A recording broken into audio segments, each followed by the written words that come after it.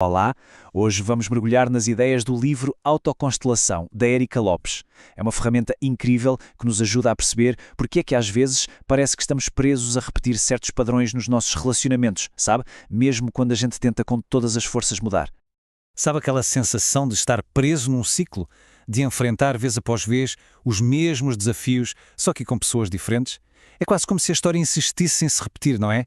Por mais que a gente se esforce para que seja diferente. Pois é. E se esses padrões que a gente vive não tiverem, na verdade, começado connosco?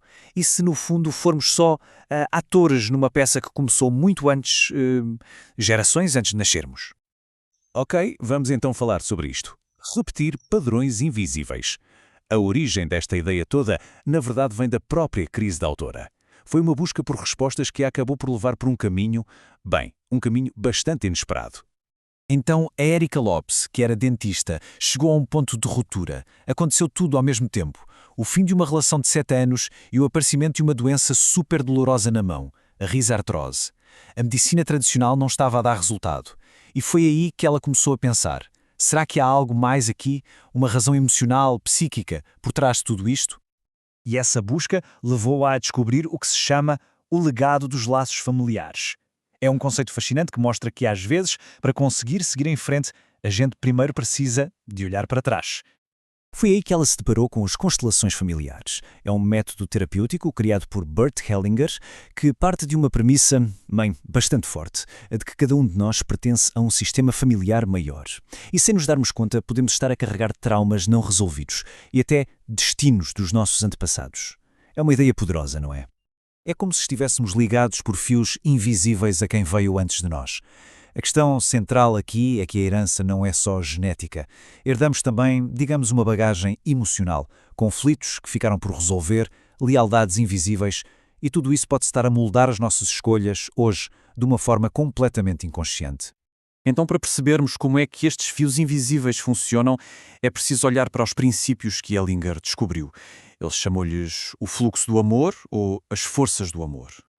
Basicamente, são 3 forças ou leis fundamentais.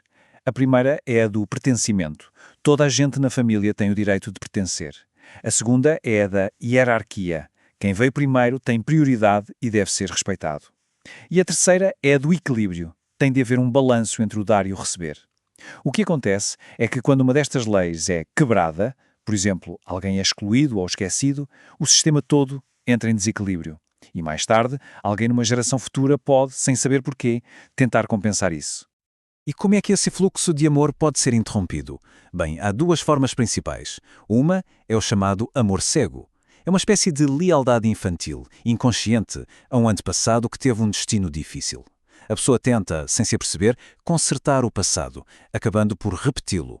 A outra forma é o amor interrompido, que acontece quando uma criança sente que um dos pais está emocionalmente indisponível e, por isso, fecha o fluxo de amor em direção a ele.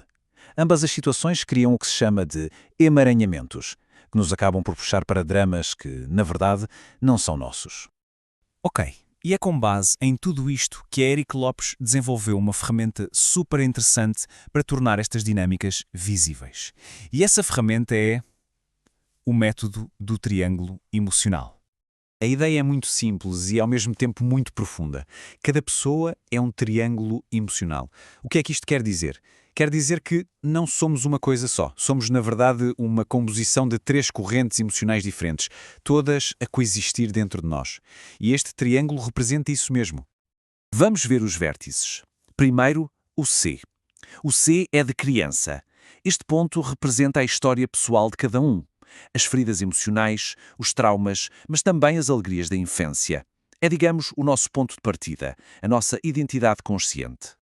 Depois temos o vértice M, de mãe. Mas atenção, isto vai muito para além da figura da mãe. Representa todo o legado emocional da linhagem materna. As dores, as forças, as histórias não contadas das mulheres que vieram antes. E claro que esse legado pode influenciar a forma como hoje se lida com a intimidade, com o cuidado. E por fim, claro, o vértice P de pai. Este carrega toda a herança emocional da linhagem paterna. Imaginem o peso da história, as batalhas, os destinos por resolver dos homens da família. Esta herança pode manifestar-se de muitas formas, nas ambições, na forma de lidar com a autoridade, por exemplo. Ou seja, no fundo, nós somos a síntese da nossa própria história e das histórias dos nossos antepassados. A nossa realidade emocional é uma mistura disto tudo, e é isto que ajuda a explicar porque é que às vezes sentimos ou agimos de formas que parecem não fazer sentido só com base na nossa própria vida. Muito bem, mas então, para que serve isto tudo? Qual é o objetivo de ver o seu próprio mapa? De perceber esta herança tão complexa? A resposta é simples. O primeiro passo para a liberdade é tornar o inconsciente consciente. O grande objetivo do triângulo emocional é precisamente esse. É trazer à luz essas lealdades escondidas, esses padrões que herdamos. É quase como acender a luz numa sala escura e pela primeira vez ver onde estão os móveis. Porque é só ao ver estes laços que podemos começar a curá-los. A partir do momento em que se consegue ver com clareza esse mapa invisível que estava a dirigir a nossa vida, ganha-se o poder de escolher um caminho diferente. Um caminho, quem sabe, livre de repetir os dramas que não nos pertencem. E esta citação da Daniela Flieger resume tudo na perfeição. Se você não toma os pais, você terá queixas sobre a pessoa com a qual se relaciona. O que é que isto significa, tomar os pais? Significa aceitar o legado deles, o bom e o mau. É reconhecer de onde viemos, com tudo o que isso implica. E essa, segundo esta perspectiva, é a chave para ter relacionamentos adultos mais saudáveis. E isto deixa-nos com uma pergunta final, um convite à reflexão. Que mapa invisível estará a guiar a nossa vida? E, mais importante ainda, o que aconteceria se de repente conseguíssemos vê-lo com clareza?